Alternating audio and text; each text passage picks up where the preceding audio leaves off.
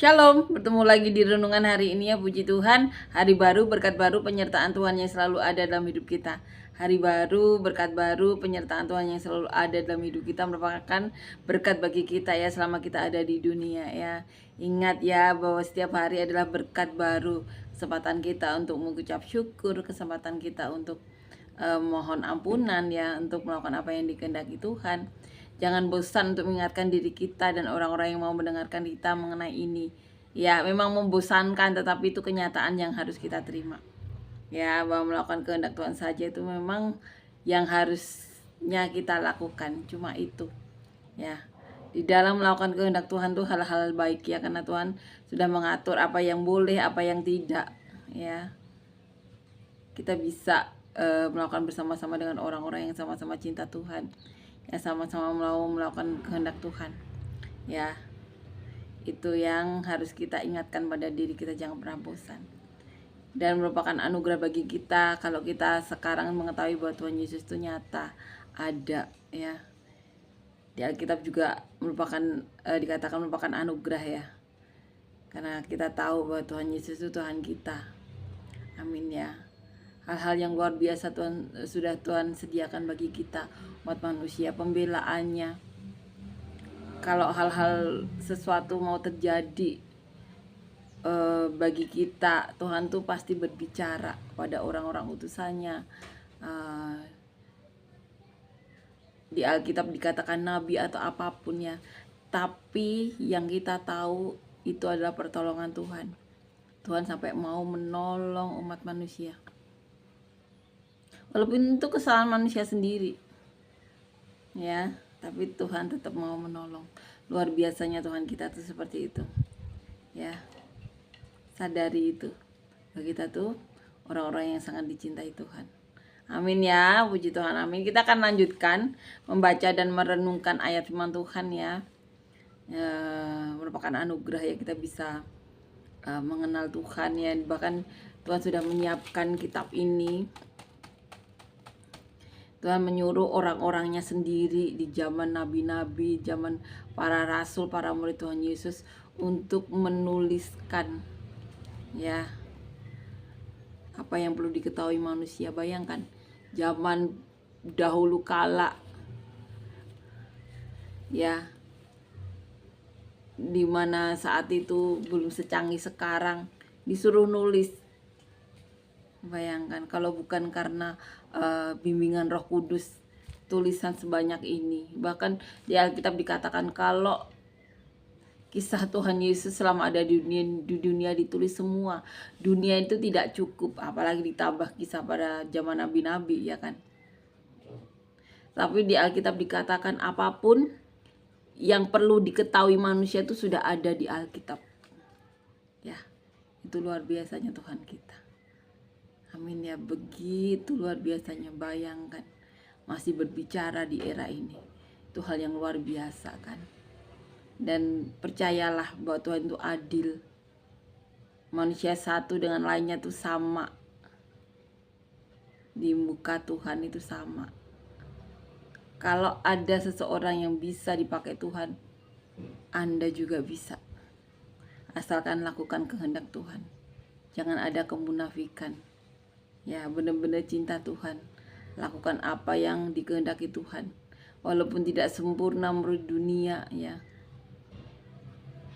Tapi kalau Tuhan tahu isi hati kita, bisa dipakai. Semerah apapun dosa kita umat manusia di masa lalu, kalau Tuhan mau dijadikan putih seperti salju, asalkan mau bertobat, asalkan tidak menipu Tuhan ya. Hari ini berdosa, bertobat, berusaha lagi, bertobat, berusaha lagi, tidak seperti itu ya. Mungkin bisa melakukan kesalahan lagi, tapi itu tidak sengaja, atau ada tujuan lain atau apapun itu ya, karena Tuhan tuh tahu sampai kedalaman hati ya. Jangan mencobai Tuhan. Amin ya, puji Tuhan. Hal-hal yang luar biasa ini kita ingatkan pada diri kita. Hal yang luar biasa ini Tuhan kita nyata ada dan selalu menyelamatkan kita. Luar biasa kan. Kita akan lanjutkan membaca dan merenungkan ayat firman Tuhan, diambil di kitab 2 Samuel ya, pasal yang ke-15 ayat 1 sampai 12 judul perikopnya Absalom mengadakan persepakatan. Sesudah itu Absalom menyediakan baginya sebuah kereta serta kuda dan 50 orang yang berlari di depannya. Ya, jadi dikatakan Absalom ya setelah balik itu kan 2 tahun kemudian masih belum ketemu Daud dan banyak peristiwa lainnya, akhirnya ini ya Absalom mengadakan persepakatan gelap ya. Absalom dipakai untuk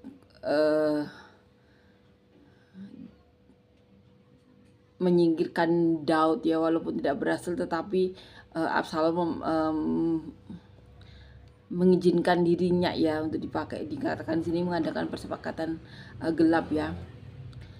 Di sini dikatakan Absalom menyediakan baginya sebuah kereta serta kuda dan 50 orang yang berlari di depannya. Maka setiap pagi berdirilah Absalom di tepi jalan yang menuju pintu gerbang. Setiap orang yang mempunyai perkara dan yang mau masuk menghadap raja untuk diadili perkaranya, orang itu dipanggil Absalom dan ditanyai, dari kota manakah engkau? Apabila ia menjawab, hambamu ini datang dari suku Israel anu, maka berkatalah Absalom kepadanya, lihat, perkaramu itu baik dan benar, tetapi dari pihak raja tidak ada seorang pun yang mau mendengarkan engkau. Ya, jadi Absalom tuh mau menggulingkan Daud ya, dengan mengatakan seperti itu, dari pihak raja tidak ada seorang pun yang mendengarkan engkau ya. Jadi ada sifat-sifat jahat ya yang muncul di hatinya Absalom. Lagi kata Absalom, sekiranya aku diangkat menjadi hakim di negeri ini, maka setiap orang yang mempunyai perkara atau pertikaian hukum tidak boleh datang kepadaku, dan aku akan menyelesaikan perkaranya dengan adil ya. Jadi Absalom mencari muka ya di antara rakyat Israel ya, makanya dikatakan di perikop terakhir nanti dia didukung rakyat karena seperti ini ya, dia menemui setiap orang yang mau mendatangi raja ya. Apabila seseorang datang mendekat untuk sujud menyembah padanya, maka diulurkannya tangannya, dipegangnya orang itu dan diciumnya ya. Jadi mencari muka ya. Cara yang demikian diperbuat Absalom kepada semua orang Israel yang mau masuk menghadap untuk diadili perkaranya oleh raja, dan demikian Absalom mencuri hati orang-orang Israel ya. Jadi di sini Absalom mencari muka yang mencuri hati orang Israel. Sesudah lewat 4 tahun, bertanyalah Absalom kepada raja, izinkanlah aku pergi supaya di Hebron aku bayar nasarku yang telah kuikrarkan kepada Tuhan, sebab hambamu ini ketika masih tinggal di Gesur di Aram telah bernasar demikian, jika Tuhan sungguh-sungguh memulangkan aku ke Yerusalem, maka aku akan beribadah kepada Tuhan ya. Itu yang dikatakan oleh Absalom. Lalu berkata raja kepadanya, pergilah dengan selamat. Maka berkemaslah Absalom dan pergi ke Hebron ya. Jadi Hebron itu tujuan dari Absalom ya. Pada itu Absalom telah mengirim utusan-utusan rahasia kepada segenap suku Israel dengan pesan, segera sesudah kamu mendengar bunyi sangkakala, berserulah Absalom sudah menjadi raja di Hebron ya. Jadi ada taktik juga ya. Jadi dikatakan Absalom sudah menjadi raja di Hebron. Beserta Absalom turut pergi 200 orang dari Yerusalem, orang-orang undangan yang turut pergi tanpa curiga dan tanpa mengetahui apapun tentang perkara itu ya. Ketika Absalom hendak mempersembahkan korban, disuruhnya datang Ahitofel, orang Gilo itu penasihat Daud, dan dari Gilo katanya, demikianlah persepakatan gelap itu menjadi kuat dan makin banyaklah rakyat yang memihak Absalom ya. Jadi di sini dikatakan kan Absalom mengadakan persepakatan gelap dan dia mengadakan persepakatan dengan penasihat Daud ya, dari Gilo Ahitofel ya. Demikianlah persepakatan itu menjadi kuat dan makin banyaklah rakyat yang memihak Absalom ya. Itu terjadi di masa Daud. Ya, sampai di perikop selanjutnya dikatakan Daud melarikan diri dari Yerusalem. Absalom mengadakan persepakatan, walaupun kita tahu nantinya Absalom dibunuh ya, meninggal. Tapi di sini Absalom eh, mau ya dipakai Lucifer ya untuk mencobai Daud ya, walaupun akhirnya nanti meninggal dan Daud kembali menjadi raja, tetapi di sini Absalom selama hidupnya mau dipakai ya untuk menjadi batu sandungan bagi orang yang dipilih Tuhan. Kisah-kisah ini kiranya menjadi alarm atau pengingat bagi kita untuk melakukan kehendak Tuhan saja. Jangan belok kiri, jangan belok kanan, jangan mau membalaskan dendam ya. Kalau dia mau pasti dia bisa minta keadilan ke Daud atau ke Allah seperti Kain dan Habel di mana doanya terdengar ya. Di sini Absalom selama hidupnya mau dipakai Lucifer ya, menjadi batu sandungan bagi ayahnya.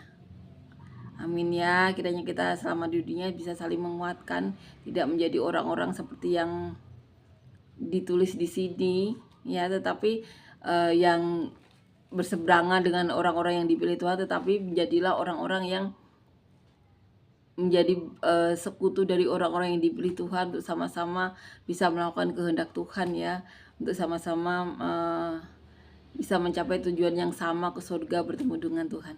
Amin ya, puji Tuhan, amin. Terima kasih sudah mendengarkan renungan ini. Sampai bertemu di renungan selanjutnya. Tuhan Yesus memberkati. Terima kasih banyak.